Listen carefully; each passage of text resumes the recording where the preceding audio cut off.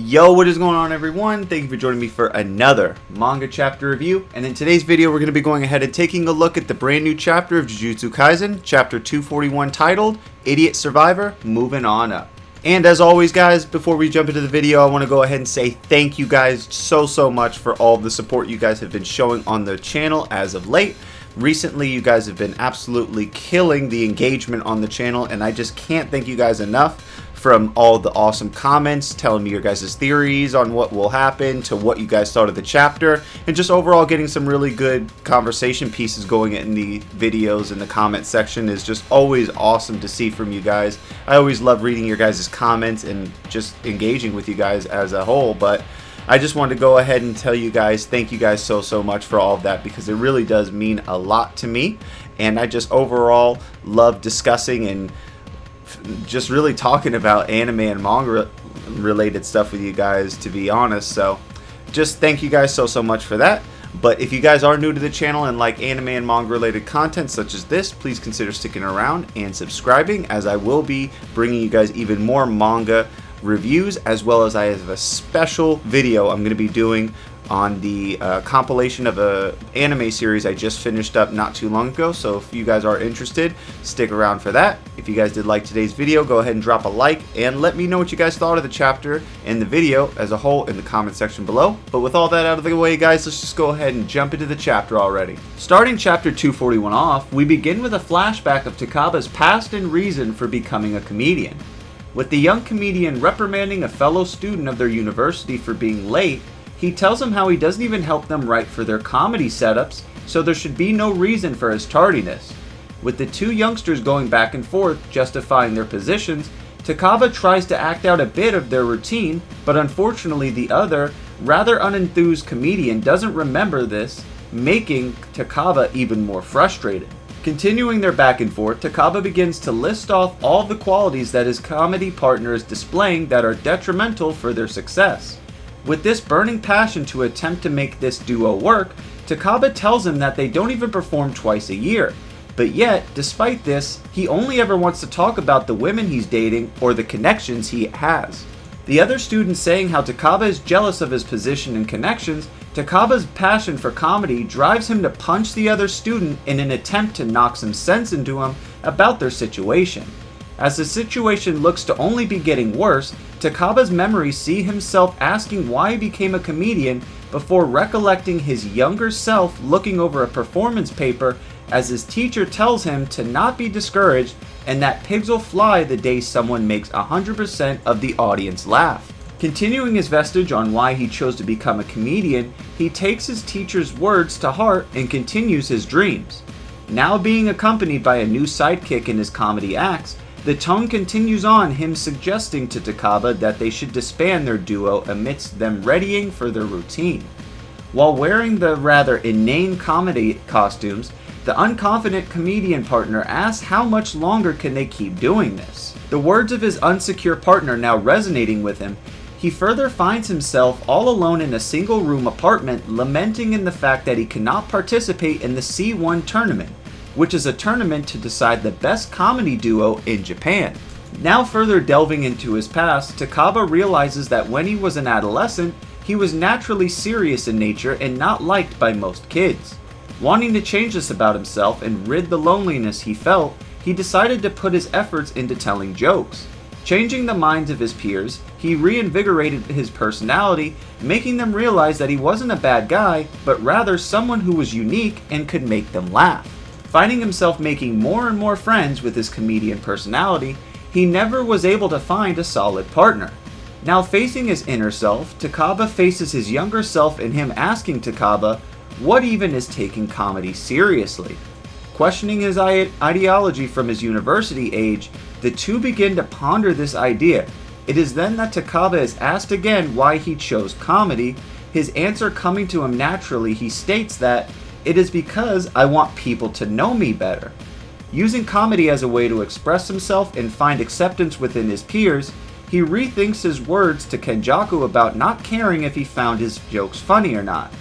Thinking back to his teacher, he realizes that the only reason he took his words so fondly was because that they worked for him, ultimately shrouding his perception of comedy in the process. Not wanting to jeopardize his dream, as well as his gateway to others, he found a safe alternative, which only prevented him from getting hurt. Takaba stating to his younger self that the only reason he did the things he did with comedy was so that he would not be hurt in the process of trying to help others. We are brought back to the present fight against Kenjaku, with Takaba prostrating and bowing to him. Kenjaku, awestruck at the perfect form exhibited by Takaba, he is told sorry by Takaba for saying that he didn't care if he didn't think he was funny. Now remembering his true ideals and dreams of what a comedian should be, he tells him how he won't be satisfied until 100% of the audience is laughing. As we reach the climax of Takaba's backstory and resolve to be a comedian, he declares that he will make Kenjaku laugh so hard that he pukes up his guts. As we reach the final panel of chapter 241, Kenjaku, now looking as delighted as ever, is branded the word excited upon his cheek, much like his battle with Takaba from earlier. Telling Takaba, "Let's see you try," we end the chapter on what can only be surmised as the beginning of another classic battle between the two. Will Takaba's answer and meaning of why he became a comedian usher in a new powerful technique to make Kenjaku laugh? Or will Kenjaku's 100 years of calculated research in cursed techniques prove too much for the fledgling comedian? And alright guys, that is going to go ahead and wrap up the chapter synopsis for chapter 241. Now we're going to go ahead and move on over into my thoughts and review of the chapter as a whole. And man guys, I have to say, this chapter was absolutely, it blew me away actually. Because I wasn't really expecting for such a good backstory to be presented with Takaba. I mean, Takaba obviously is a joke character, he's a gag character, he's not supposed to be taken serious. But, I mean, after looking at his backstory, it's kind of hard to not really root for him and like him. I mean, you know, I know a lot of people were kind of, like, turned off at the fact that he was fighting Kenjaku and thought it was kind of like a weird sort of pacing. Myself included. I mean, I kind of gave sort of, like, impressions of that in the last video, but, I mean, Akutami just completely did a 180, and he made me absolutely really love Takaba after this chapter. I mean, this chapter, for me, I'm going to give it a 10 out of 10, man. This chapter was absolutely great. There was so many good moments in it. It really gave us a sense of who Takaba really is, right? Because at the beginning of the chapter, it gives us a flashback of when he's in university and he's like kind of lashing out on his partner in his comedy routines, kind of not taking the comedy bits very seriously, and he's kind of, it shows a sort of level of where he, like, it goes through levels, right? It goes through levels of his life in which he took comedy at a different point, right? His university state, he kind of took the comedy bit a little bit more seriously, and then once we move on over until a younger self, he kind of had a more optimistic, I don't want to say unclouded, but pretty much an untainted view of comedy, and where he thought comedy was kind of what he thought it should be, and then his teacher kind of said, you know, the day pigs will fly is when you make 100% of the audience laugh at all your jokes. So he kind of sort of created a mental barrier within Takaba and made it to where Takaba sort of was chained behind that ideal, and then sort of progressing forward when he's with like another sort of partner for his comedy bit, when they're wearing the funny looking tutus with the questionable peacock placement on the tutu. Yeah, you guys know what I'm talking about. I don't want to get you know, I don't want to ruffle any feathers here on YouTube, but you guys know what I'm talking about. But yeah, and his partner sort of telling him that he doesn't want to do the comedy with him anymore. How Takaba almost seems like he's just going off of just pure instinct and pure desire. Like, it's almost as if it doesn't even really matter to him. He just wants to pursue comedy.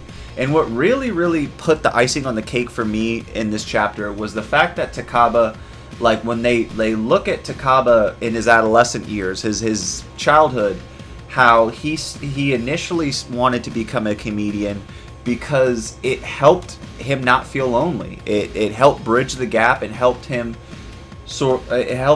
reach out to other like-minded kids and made him see that he's not a weird kid. He's not mean. He's actually, you know, a nice, good guy, that can make people laugh. So that kind of really resonated with me because, you know, a lot of people in life don't, you know, are kind of struggle with loneliness. So he kind of used that as a way to bridge the gap, and it kind of took on a greater sort of turn for him in him wanting to be a comedian. So I really like that. And then I also like when he was talking with his younger self and how he said he didn't want to do it because he would get hurt. Like, he didn't want to believe that 100% of the audience couldn't laugh, because he wanted to set that expectation of, you know, as long as I make some people laugh, it's okay. If I don't make other people laugh, it's fine. I'll get them next time. But that just really, really was awesome to see. And I will have to add this. After seeing this chapter, it is a little questionable how Akutami wrote that Gojo chapter, right? I mean, listen, I love that Gojo chapter, but there's still some stuff we have to learn about that chapter. It can't be all that.